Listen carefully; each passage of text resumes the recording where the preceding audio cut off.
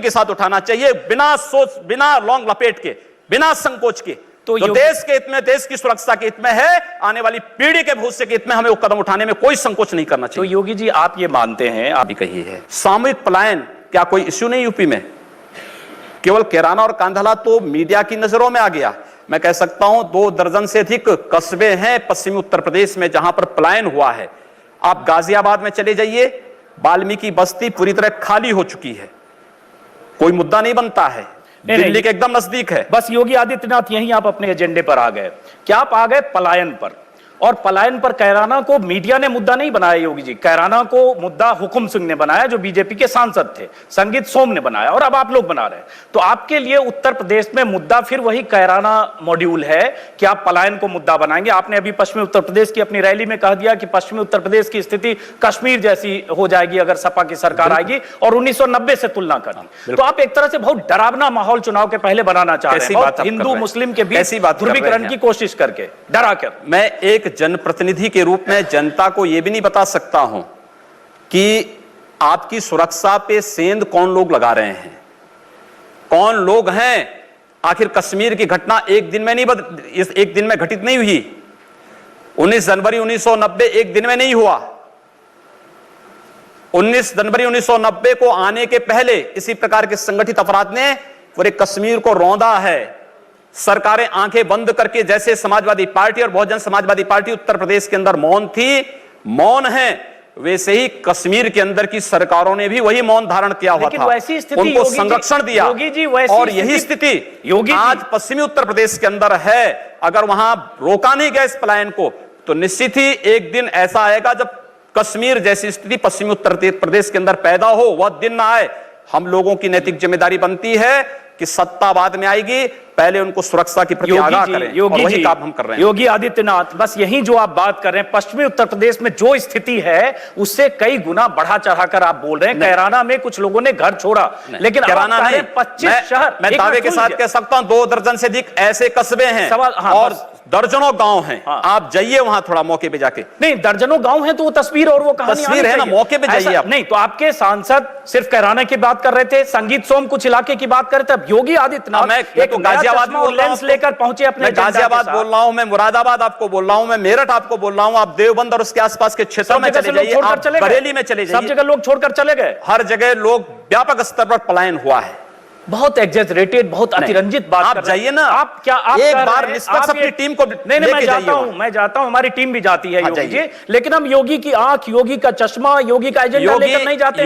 योगी तभी बोलता है क्योंकि योगी दूरदर्शी होता है। अच्छा, योगी आज की बात नहीं कर रहा है, योगी भविष्य की बात कर रहा है। इसलिए हुए थे उसको भी आपने पहले देख लिया था। बिल्कुल, मैं जान रहा हूं, हुए थे आपने पहले देख लिया होगा कि होने वाला है। देखिए, समझदारी इसी में है कि हम ठोकर खाने का इंतजार न करें। समझदारी यह है कि ठोकर अगर कहीं लग रही है तो हम उसी से सबक सीख जाएं।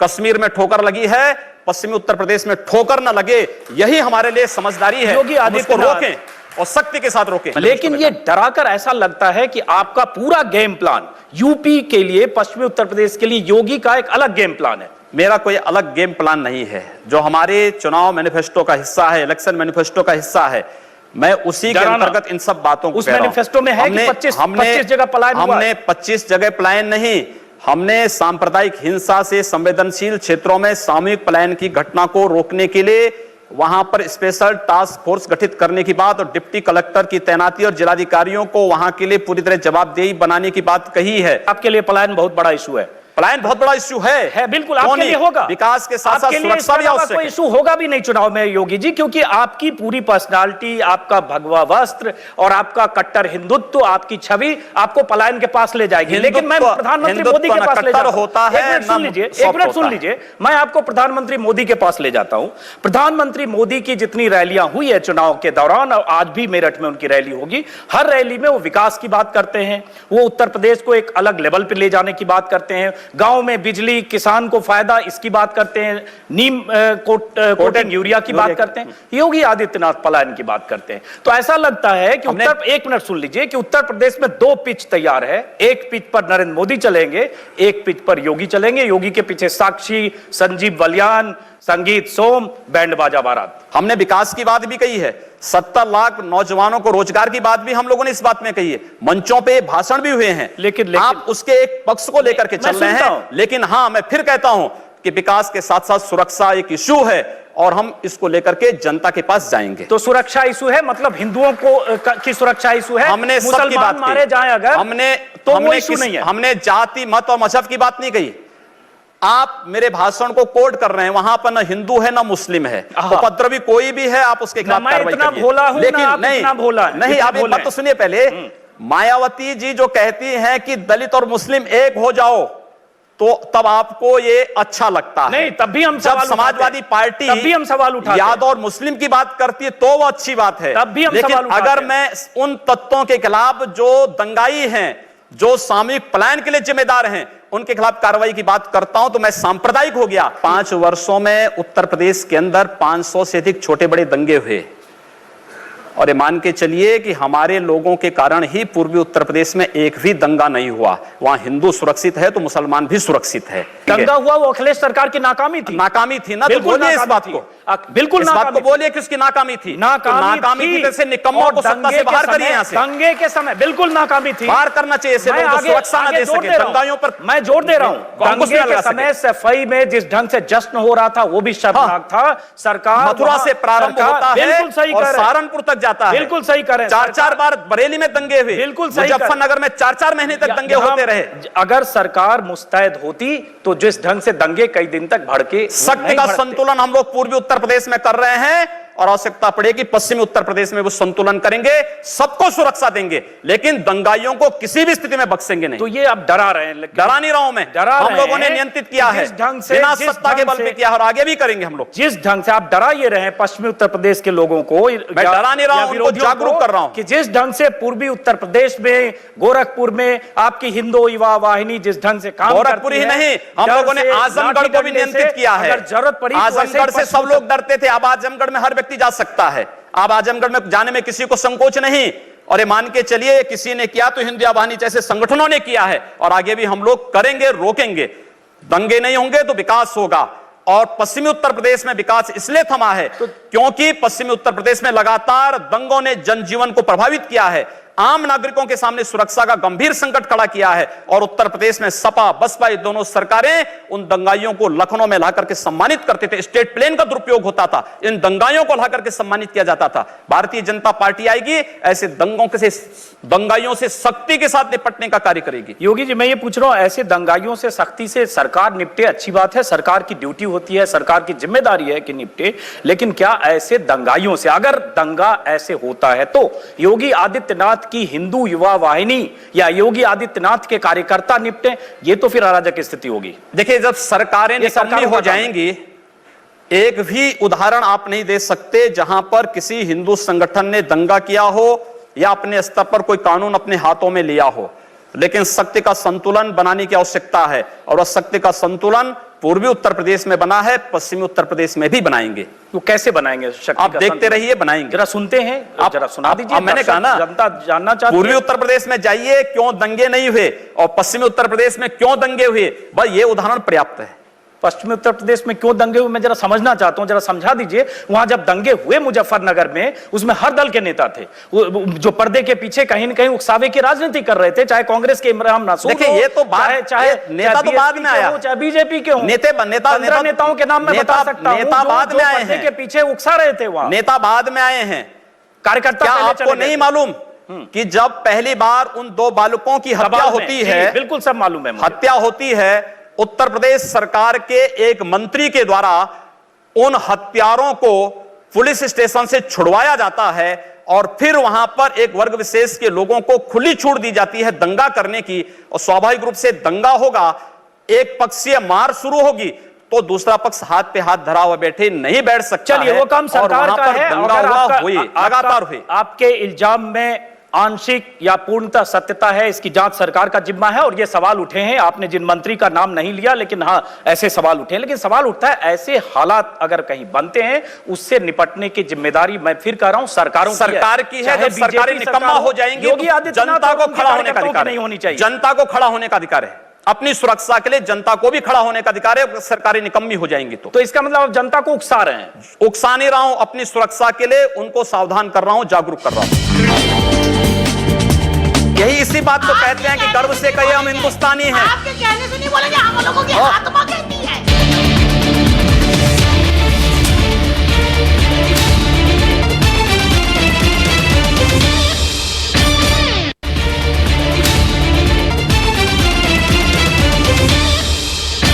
ये हिंदुस्तान पूरी दुनिया में साधु संतों, सूफियों और औलिया अल्लाह और स्वामी विवेकानंद जी के सांझी संस्कृति से पहचाना जाता है। क्या आप स्वामी विवेकानंद जी के आचरणों और आदर्शों पर अगर उतरे तो मैं समझती हूँ ज्यादा आप लोकप्रिय होंगे। और इस देश को कोई भी समुदाय, ना तालिबानी, ना उसामा और ना ही किसी पाकिस्तान का झंडा उठाता है। ये एक साजिश के तहत नफरत फैलाई जाती है। अगर इस देश में बहादुर शाह जफर और वीर अब्दुल हमीद और अशफाक उल्लाह और भगत सिंह और सुभाष चंद्र बोस जैसे लोगों की तरह से आपके विचार हो तो हम समझते हैं कि सभी समुदाय के लोगों को देशभक्ति का सफाई नहीं देनी पड़ेगी। आप लोग सिर्फ देशभक्ति नहीं है, पूरा देशभक्त है। बात सुनिए, स्वामी विवेकानंद जी ने कहा था कि गर्व से कहो हम हिंदू हैं। तो हम तो स्वामी विवेकानंद के ही उन वचनों को आत्मसात कर रहे हैं जो उन्होंने कहा कि गर्व से कहो हम हिंदू हैं। हम भी कहते हैं, हम गर्व से कहते हैं हम हिंदुस्तानी और बस यही बोलिए ना, यही बोलिए, यही बोलिए। हम लोग यही इसी बात को कहते हैं कि गर्व से कहिए हम हिंदुस्तानी हैं। आपके कहने से नहीं बोलेंगे, हम लोगों की आत्मा कहती है, इसीलिए कह रहे हैं। दबाव से नहीं तो यही तो स्वामी विवेकानंद ने कहा कि गर्व से कहो हम हिंदू हैं।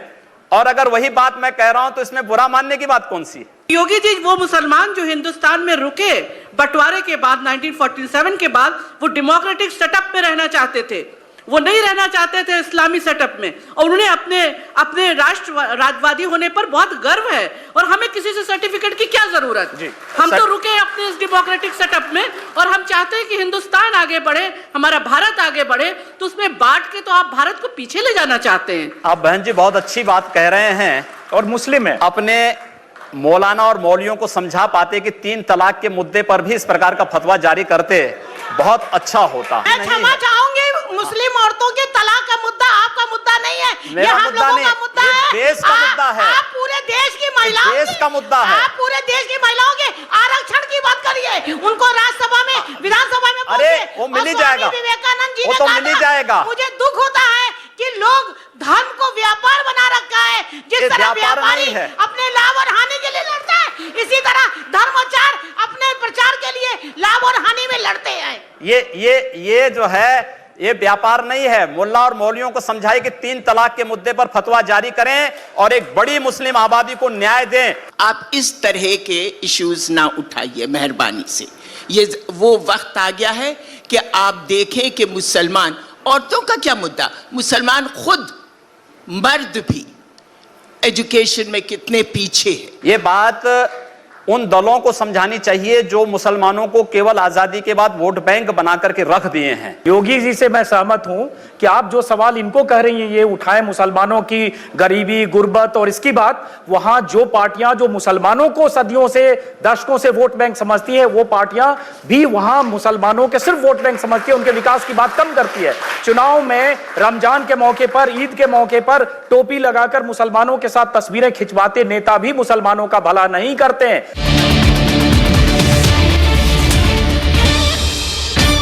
कोई बुरा नहीं किया। अगर किसी विदेशी आक्रांता के द्वारा, एक मिनट, किसी विदेशी आक्रांता के द्वारा किसी कालखंड में कुछ ऐसा कार्य किया गया है, उसको बदला जाना चाहिए। यह देश की सांस्कृतिक आजादी की लड़ाई भी है। सही बात है। तो आप ताजमहल का नाम राम महल कर सकते हैं, क्यों नहीं करेंगे?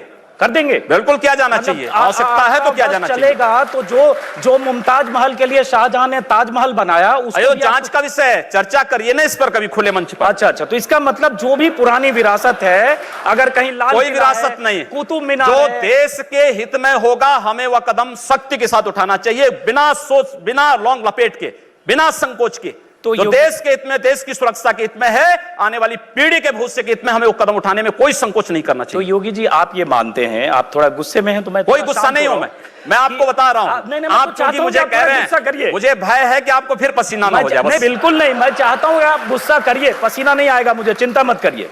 मैं ये कह रहा हूं कि इसका मतलब हुआ कि आप देश के हित में मतलब मानते हैं जो 20-22% मुस्लिम आबादी है वो देश हित के खिलाफ है, उनको हाशिए पर रखकर आप अपना देश, अपनी दुनिया, आप कभी गोरखपुर आएंगे ना, वहां मुसलमान जब पीड़ित होता है तो वह कहीं और नहीं जाता, वो मेरे पास ही आता है, कहता साहब देखो फलाना गुंडा उसके पास कोई विकल्प परेशान कर रहा है।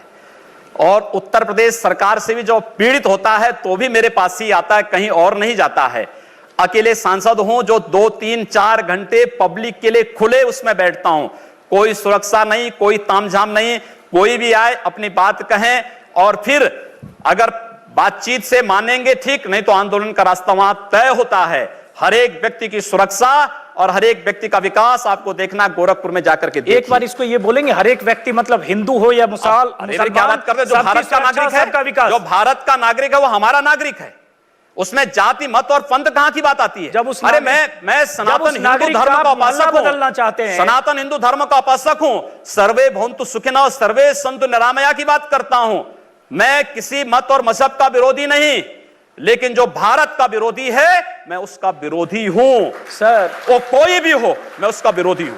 योगी जी, ठीक है, तालियां बजाइए आप लोग। योगी जी, उर्दू बाजार को हिंदी बाजार बताना या बदलवा देना, उर्दू हमारी पहचान हिंदी से है या उर्दू से? मैं आपसे पूछना चाहता हूं, आप फिर मुझसे उर्दू में ही पूछिए। मेरी भाषा हिंदी है, मैं उर्दू नहीं जानता हूं। तो फिर लेकिन वहां के लोग भी हिंदी जानते हैं, मैं तो जानना हम चाहता हिंदी के नाम पर क्यों ना नाम रखें? सर सवाल तो मैं पूछ रहा हूं, जवाब आप देंगे। जिस दिन मैं आपकी तरह यहां आ जाऊंगा चुनाव लड़ने तो आप मुझसे पूछ लीजिएगा, आज मेरा दिन है।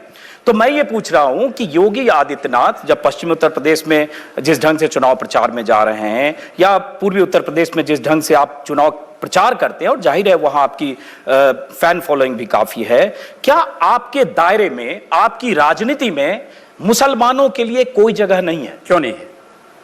क्यों नहीं है? शाहनवाज हुसैन मेरे सबसे अच्छे मित्र हैं। अब वो डॉक्टर एपीजे अब्दुल कलाम को जब माननीय अटल बिहारी वाजपेयी जी ने राष्ट्रपति के लिए खड़ा किया था, सबसे पहला सांसद था जिन्होंने समर्थन किया था। भारत का मुसलमान डॉक्टर एपीजे अब्दुल कलाम बने, शाहनवाज हुसैन जैसा बने, पहला व्यक्ति रहूंगा जो समर्थन करेगा। लेकिन अगर यहां पर कोई ओसामा बिन लादेन को और औरंगजेब जैसे दुर्दांत लोगों को अपना आइकॉन मान करके भारत के अंदर पाकिस्तान का झंडा लहराएगा, तो फिर उनके उन विषैले फनों को सख्ती के साथ कुचलने के लिए भी सबसे पहले योगी आदित्यनाथ यकीनन अगर भारत में कोई पाकिस्तान का झंडा लहराने की घटनाएं हुई हैं, करेगा, लेकिन होना चाहिए। लेकिन ये कहकर आप पूरी आबादी को ये नहीं पूरी आबादी की बात नहीं की हमने, भारत में पाकिस्तान का पूरी आबादी की बात नहीं। एक बार हम सवाल लेते हैं। हाँ, आप जिन हिंदू हितों की बात कर रहे हैं उनमें से बहुत से हिंदुओं को, जैसे मैं भी हिंदू हूँ, बहुत से हिंदुओं को लगता है कि राम मंदिर की याद आप लोगों को सिर्फ चुनाव के वक्त आती है। तो क्या आपके लिए राम मंदिर का मुद्दा सिर्फ चुनाव लड़ने का एक जरिया है, मुद्दा है, या इसके बारे में आप लोग अभी कुछ करेंगे? नहीं, हम लोग करेंगे। मैं कल ही रायपुर में राम मंदिर का उद्घाटन करके आया हूं। भगवान राम का ननिहाल है और भगवान राम के ननिहाल में राम मंदिर का निर्माण हो चुका है, और ज्योतिषीय जो गणना है वो ये बताती है कि भगवान राम के ननिहाल में मंदिर का निर्माण अयोध्या में राम मंदिर के निर्माण का मार्ग प्रशस्त करेगा। लेकिन योगी जी जो उन्होंने सवाल, लेकिन तारीख नहीं बताएंगे। मंदिर भी बनेगा और समय आने पर तारीख भी बताएंगे। लेकिन योगी जी ये जो सही कहा, उन्होंने सवाल पूछा कि राम मंदिर की बात चुनाव के ठीक पहले होने लगती है। जैसे अभी चुनाव की तारीखों का ऐलान हुआ, केशव मौर्य जो प्रदेश अध्यक्ष हैं उनकी तरफ से आ गया कि उत्तर प्रदेश में बहुमत की सरकार दो तो राम मंदिर बनाएंगे। जैसे बहुमत की सरकार मिलके सब 2/3 विधायक जाकर वहां सीधे मंदिर बना देंगे। जब आपकी केंद्र में बहुमत की सरकार है, जब बड़े नेता बात करते हैं तो कानून तय करेगा, लेकिन जब चुनाव आता है तो आप हो या केशव मौर्य फिर राम मंदिर के कुछ तो धैर्य रखिए। मैं समझता हूं राज्य सरकार की बड़ी भूमिका है। 1986 में जब अयोध्या में राम जन्मभूमि का ताला खुला था तो कोर्ट ने राज्य सरकार से पूछा था कि लॉ एंड ऑर्डर को आप बनाए पाएंगे। राज्य सरकार ने लिख के दिया। मैं श्रद्धांजलि दूंगा स्वर्गीय वीर बहादुर सिंह जी को, जिन्होंने उस समय राम मंदिर के इश्यू को लेकर के, और स्वर्गीय प्रधानमंत्री श्री राजीव गांधी जी को, जिन्होंने 89 में अयोध्या से कांग्रेस के चुनाव प्रचार का शुभारंभ किया था और मैं धन्यवाद दूंगा राहुल गांधी को कि राहुल गांधी अपने पिता का अनुसरण करते तो संभवतः कांग्रेस की दुर्गति नहीं होती। सवाल वो नहीं है स्वामी जी, सवाल ये है जैसे आपने कहा कि राज्य सरकार की भूमिका होती है, बड़ी महत्वपूर्ण तो एक में सुन लीजिए, राज्य सरकार की भूमिका अगर होगी तो एक अमित शाह ने, जो पार्टी के राष्ट्रीय अध्यक्ष हैं, उन्होंने कुछ देर पहले मैनिफेस्टो जारी किया, कुछ दिन पहले आप भी मंच पर थे। उस मैनिफेस्टो में बहुत सारे वायदे हैं, वही वायदे पूरा करते करते शायद 5 साल में पूरा ना हो, तो आप वो वायदे पूरा करेंगे जो मैनिफेस्टो में दिया, या जाकर मंदिर बनवाने जाएंगे वहां जहां कानूनी मामला फंसा कोर्ट में? मंदिर भी बनेगा और ये विकास के सारे कार्य भी होंगे। हमारा विकास कार्य जाति, मत और मजहब से ऊपर उठ करके होगा, सबके लिए होगा, सबका साथ और सबके विकास की बात होगी। जब ये आप बोलते हैं ना योगी जी कि जात मजहब इन सब से ऊपर उठ के होगा, तो बहुत दिलचस्प लगता है, क्योंकि जब फिर आपके बयान पढ़ने लगते हैं तो लगता है जो आप बोल रहे हैं और तो जो आप पहले जमीन जो पे बयान देते हैं आप लोग और जो चुनाव के समय बोलते हैं, कितना फर्क है योगी जी। सबका साथ सबका विकास ये अगर है तो आप बोलते हैं, बनारस में आपने 2 साल पहले कह दिया था कि आपको अगर अनुमति मिले तो देश के सभी मस्जिदों के अंदर गौरी गणेश की मूर्ति स्थापित कर देंगे। हमने काशी विश्वनाथ मंदिर के परिप्रेक्ष्य में इस बात को कहा था। आप ज्ञानवापी में जाएंगे, ज्ञानवापी में वर्ष में एक बार हिंदुओं को पूजा करने की अनुमति मिलती है।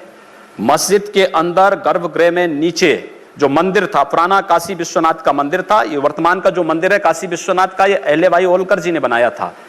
लेकिन काशी विश्वनाथ का जो मुख्य मंदिर था, ज्ञानवापी मस्जिद उसी के ऊपर बनी हुई है, क्योंकि आप पूरे ज्ञानवापी के चारों तरफ देखेंगे सभी हिंदू देवी देवताओं की मूर्ति लगी हुई है, सारा जो आर्किटेक्ट है वो सब वही प्राचीन है। योगी जी, मुझे लगता है ये जो उकसावे की राजनीति है ना, इस राजनीति से कहीं न कहीं कई बार मोदी भी दूर हटना चाहते हैं, और आप लोगों के खासतौर से उकसावे की राजनीति, उकसावे के बयान, इसलिए कई बार प्रधानमंत्री मोदी ने भी नसीहत दी है कि बीच बीच में लोग ऐसे बयान देकर एजेंडा को डिरेल कर देते हैं, तो उन नसीहतों का भी कोई फर्क नहीं पड़ता है आप लोगों पे? मैं नहीं समझ पा रहा हूं कि आखिर जहां पर बहुसंख्यक समाज को मारा जा रहा हो या उनको पलायन करने के लिए मजबूर किया जा रहा हो, स्थानीय राज्य सरकारें निकम्मी होकर के इन सब बातों की अनदेखी कर लें, अनसुनी कर दें, तो फिर वहां पर पब्लिक की जिम्मेदारी क्या बन जाती है? मुझे तो लगता है कि आपका वक्तव्य ऐसे लगता है जैसे आप चाहते हैं कि कश्मीर की तरह सब लोग पलायन करके भाग जाओ। जी नहीं, अपना दूसरा मैं सरकार ढूंढो। मैं सरकार और सिस्टम को तोड़कर कोई आदमी कानून अपने हाथ में डंडे से सरकारें भी मैं उसके सरकारें जिस तरीके से उत्तर प्रदेश के अंदर पिछले 14 वर्षों से चली हैं, आप कोई व्यवस्था लागू करते हैं, कहते हैं कि साहब कन्या विद्याधन लागू करेंगे, लेकिन साहब नहीं मुस्लिम कन्याओं को मिलेगा, हिंदू कन्याओं को नहीं मिलेगा। हम विकास के लिए पैसा देंगे, कब्रिस्तान के लिए पैसा देंगे, आखिर शमशान घाटों के लिए दे दो। ये सब नहीं कर रहे हैं आप। इसको सेकुलर कहते हैं, और अगर हम कहते हैं कि सबको दो, अगर शमशान घाट नहीं, सबको दो नहीं कहते। वही मैं कह रहा हूं ना, फिर वही मैं कह रहा हूं, नहीं कहते ना। उत्तर प्रदेश की पिछले 14 वर्षों की सरकारों की पूरी नीतियां ही सांप्रदायिक रही हैं। एक भी बार मीडिया इस पे क्यों नहीं बोला है? इस पे क्यों नहीं बोला है? नहीं, वो तो यानी कब्रिस्तान को पैसा मिले और शमशान घाट को ना मिले, कन्या विद्याधन मुस्लिम कन्याओं को मिले लेकिन हिंदू कन्याओं को ना मिले, एक भी बार क्यों नहीं आपने इस पे उंगली उठाई? अगर सरकार ऐसी बेईमानियां करती है तो वो भी गलत है। की है इसका जवाब अखिलेश, मैं कह रहा हूं ना, की है, पूछना चाहिए था आपको अखिलेश यादव से इस बारे में। वो अगर ऐसी कोई सरकारें करती वो भी गलत है। और योगी जी, आप भी एक तरफा जब करेंगे हिंदू, मैं एक तरफा नहीं कर रहा हूं। हमने कहा हम अहिल्याबाई कन्या विद्या योजना के अंतर्गत स्नातक तक की शिक्षा सभी बालिकाओं को देंगे। सभी बालिकाओं का मतलब जाति, मत और मजहब कहीं नहीं आता है। हमने कहा सबका विकास होगा, हमने कहा सबका साथ होगा। अगर हम सबकी समृद्धि और सबकी सुरक्षा की बात करते तो हम सांप्रदायिक हो गए, और अगर हम दलित मुस्लिम एकता की बात कर रहे हैं या यादव मुस्लिम एकता की बात कर रहे हैं तो वह सेकुलर हो गए। ये दोहरापन समाप्त होना चाहिए। योगी जी, एक सवाल मैं जनता से लूंगा, लेकिन आपने सबका साथ सबका विकास अच्छा जुमला है और प्रधानमंत्री मोदी का भी नारा है, लेकिन सबका साथ सबका विकास में 371 सीटें उत्तर प्रदेश में बीजेपी बांटती है, और उसमें अगर एक मुस्लिम भी नहीं है, जिस मुस्लिम की आबादी यूपी में 18 से 20% है, तो अंदाजा लगाया जा सकता है सबका साथ सबका विकास कहना और अगर किसी को टिकट न देना या आपको उम्मीदवार नहीं मिलेंगे तो उसके क्या मायने हैं। इसका जवाब लूंगा, लेकिन कुछ लोग हैं जो सवाल पूछना चाहते हैं। जी, कुशीनगर का हाल बिल्कुल बर्मा जैसा हो रहा है, मुसलमान वर्ग वहां सांस नहीं ले पाता है, तो आप किस तरह के काम करने में, और जिसको हम माफिया कहते हैं वो भी यही जस्टिफिकेशन देते हैं रॉबिन हुड वाला, कि साहब सरकारें चीजें नहीं पहुंचा पा रही, हम अमीरों से लूट करके गरीबों को दे रहे हैं, उनको संरक्षण दे रहे हैं। इन दोनों में फर्क क्या है? देखिए, कुशीनगर में जिस प्रकार के तत्व हैं, आपको मालूम है कि आईएसआईएस से जुड़े हुए तत्व भी कुशीनगर में पकड़े गए। और अगर आप उसका समर्थन करते हैं तो मैं इसको बहुत दुर्भाग्य हम नहीं, ये भड़काई नहीं, हम लोग डेलीगेशन पिछले साल लेकर गए हैं योगी जी। ऐसे गरीबों को देखिए, हम लोग वहां जा चुके हैं। ऐसे गरीब मुस्लिम परिवार बच्चों को कहीं से कोई निपटा जाना चाहिए। नहीं, गलत बात कर रहे हैं। मैं देखिए, कह रहा हूं ना, आप जो आदमी है वहां पर, जो मजलूम है वो ISI नहीं हो सकता है। आप वहां पे पाकिस्तान का झंडा लहराएंगे, आप वहां पाकिस्तान का झंडा लहराएंगे तो इस चीज को कोई स्वीकार नहीं कर सकता, कोई नहीं स्वीकार कर सकता इस चीज को।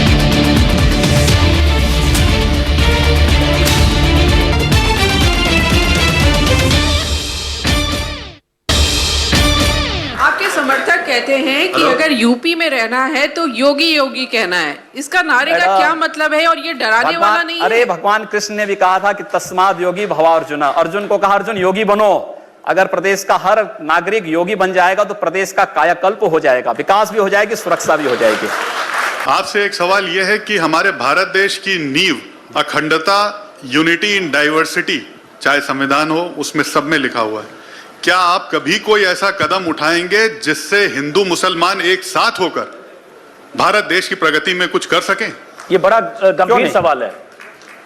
हमारे द्वारा उठाए जाने वाला हर कदम यूनिटी के लिए है, इंटीग्रिटी के लिए है और इस देश के एक अच्छे फ्यूचर के लिए है, और वह कार्य भारतीय जनता पार्टी कर रही है। चलिए, बहुत बढ़िया। अब इस पे मैं क्या कह सकता हूं, योगी जी ने कह दिया कि जो कुछ बोलते हैं यूनिटी के लिए बोलते हैं, जो कुछ करते हैं यूनिटी के लिए करते हैं। पश्चिमी उत्तर प्रदेश में पलायन की बात करते हैं, यूनिटी के लिए करते हैं। गोरखपुर में मियां बाजार को माया बाजार, उर्दू बाजार को हिंदी बाजार, ये सब यूनिटी के लिए करते हैं। लेकिन चलिए, योगी जी हैं, अपनी बात करें। योगी आदित्यनाथ, एक बार फिर एक सेकंड फिर सवाल ये उठता है कि मैं जानना चाहूंगा, इस बार मैं चाहूंगा थोड़ा दिल खोल के बताएं कि आप पूर्वी उत्तर प्रदेश में जितने लोगों को, अपने कार्यकर्ताओं को, अपने उम्मीदवारों को, अपने नेताओं को, जितने लोगों के लिए टिकट चाहते थे, क्या उन सबको टिकट मिल पाया? कितने लोगों को टिकट चाहते थे? मैंने किसी के लिए कोई टिकट की मांग नहीं की है। एक फाइनल सूची में मैं स्वयं भी बैठा हुआ था और जो भी कार्यकर्ता हमारी मेरिट में खड़ा उतरता था, हम लोगों ने प्रयास किया कि उसको टिकट मिले और टिकट उन लोगों को दिया गया है। हम लोगों ने कार्यकर्ताओं से अपील की है, सबको जिताने की व्यवस्था करिए। कार्यकर्ता जीतेगा तो भारतीय जनता पार्टी जीतेगी, भारतीय जनता पार्टी जीतेगी तो प्रदेश में सुरक्षा और विकास होगा। तो ये आपके जो खास सुनील सिंह हैं, जो हिंदू युवा वाहिनी के प्रदेश अध्यक्ष, ये सब बाहर किए जा चुके आपके दायां हाथ है। मेरा कोई दायां और बायां नहीं, मेरा सारा समाज मेरा दायां बायां है। तो सुनील सिंह जो उम्मीदवार कुछ खड़े कर सकते हैं क्या? सब वापस हो चुके हैं। तो मतलब जितने उम्मीदवार आप चाहते थे उतने मिल गए? आप मेरा कोई ख्वाहिश ही नहीं थी। भारतीय जनता पार्टी के और उनके सहयोगी दलों के 403 विधानसभा क्षेत्रों का हर कार्यकर्ता मेरा कार्यकर्ता है, हर उम्मीदवार मेरा उम्मीदवार है। योगी आदित्यनाथ हमारे साथ यहाँ चुनाव मंच पर आए, अपनी बात रखी, अपने ढंग से अपनी बात रखी, बचाव भी करते रहे, सबका साथ सबका विकास की भी बात करते रहे, और इस बीच हिंदू मुसलमान पलायन और जो योगी आदित्यनाथ जिन बयानों के लिए जाने जाते रहे हैं उसके बारे में भी बात करते रहे। बहुत बहुत शुक्रिया योगी आदित्यनाथ जी चुनाव मंच पर आने के लिए। धन्यवाद जी, शुक्रिया।